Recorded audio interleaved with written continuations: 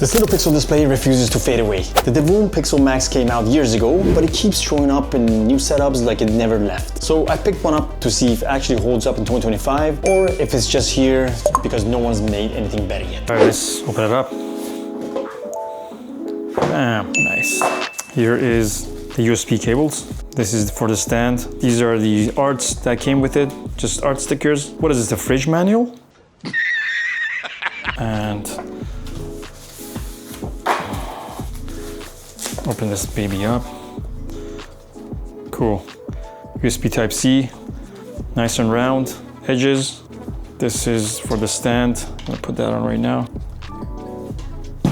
Oh, wow, nice. Okay, this is the suction cups for if you want to attach it to your car, and you just turn that around like this, and you have it suctioned up to the car window. Let's try that on the window. And the suction cup is activated. Let's say you have a car window, you want to put it on the rear car window. You tighten this bad boy, you put it against the window, and you activate the suction cup, and there you go. All right, so inside the box, you get the Pixoo Max, a USB Type-C cable, some mounting pieces, and the manual that no one touches. There's some stickers as well here. First impression is solid, matte finish, good weight, and surprisingly premium for something that's been around so long. It's a perfect mix of modern design with a hint of retro, like it's meant to sit between a gaming setup and a 90s arcade. So I'm gonna measure it with all the other devices that I always do that with. It's 6 3/4 inch wide by 6 3/4 inch. It's exact square, and the depth is about 3/4 inch. Screen size 8 7/8. When it lights up, it's instantly satisfying. The 32 by 32 LED grid is bright, clean, crisp. It's not grainy or washed out. The colors pop, and it has this sharp look that instantly grabs your eyes. You can run it wirelessly for around 6 hours, but honestly, this is one of those devices that just belongs plugged in. It's part of the setup, not a gadget you move around. Setup takes about 30 seconds. Open a Divoom app, turn on Bluetooth, and it's connected. That's it. The app is still fully supported in 2025, and you can browse thousands of user-made designs, pixel art, animation, weather widgets, clocks, sub counter, even basic games. You can also upload your own art or scrolling text. It's simple and works without the drama. Go to chat. That's the live community chat, and the last message is 427 right now, so it's pretty active. And the last message is 419. You can ask people if there's errors that you're having, if there's issues, bugs, whatever you have, you can get under. Again, on the community tab, there's so many things to choose from. You can also edit each frame by downloading it. You can change each frame just like that. Whatever you want to do, you can do that.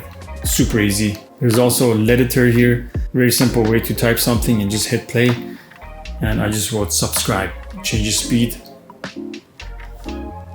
And you can change the background, the layers, drops, cell, plasma. There's different effects that you can choose.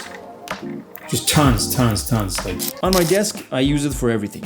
Your subscriber counter, a clock, or even a recording sign so people don't walk in during shoots. It can show what songs is playing, run ambient pixel loops, or just match the lighting on your setup. It's small, but it adds character. It doesn't scream for attention. It just makes the space feel alive. Performance-wise, it's rock solid. There's no lag, no Bluetooth drops, and no random bugs. The refresh rate is smooth and animation played clean, even with complex visuals. The app can feel a bit cluttered, but once you know where things are, it's reliable, and the fact that Divoom still updates it years later says a lot. Most smart gadgets barely last a year before the app disappears. It's not perfect. The built-in speaker is terrible, like you just basically have to ignore it. Battery life is fine, but for short use. But if you're running it bright all day, keep it plugged in. The screen feels kind of glossed out, and if you have a lot of light in your room, you have to adjust the screen so it doesn't reflect off the lights and shoot right in your face. The mounting options could be better too if you want it on a wall instead of a desk, but none of those are a deal breaker. For what it's meant to do, it nails it. The reason this thing keeps showing up in 2025 setups is simple. It looks great. You can display your logo, emojis, pixel clock, or even animated GIFs. And it fits with any style. Minimalist, RGB heavy, or clean creator setup. It's old hardware that somehow still looks new and resembles a lot. So yeah,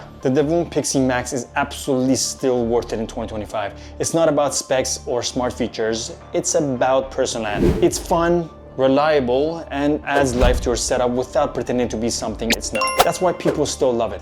Setup details and links are down below. Subscribe if you like honest reviews without the marketing fluff. Thanks for watching, and I'll see you on the next one.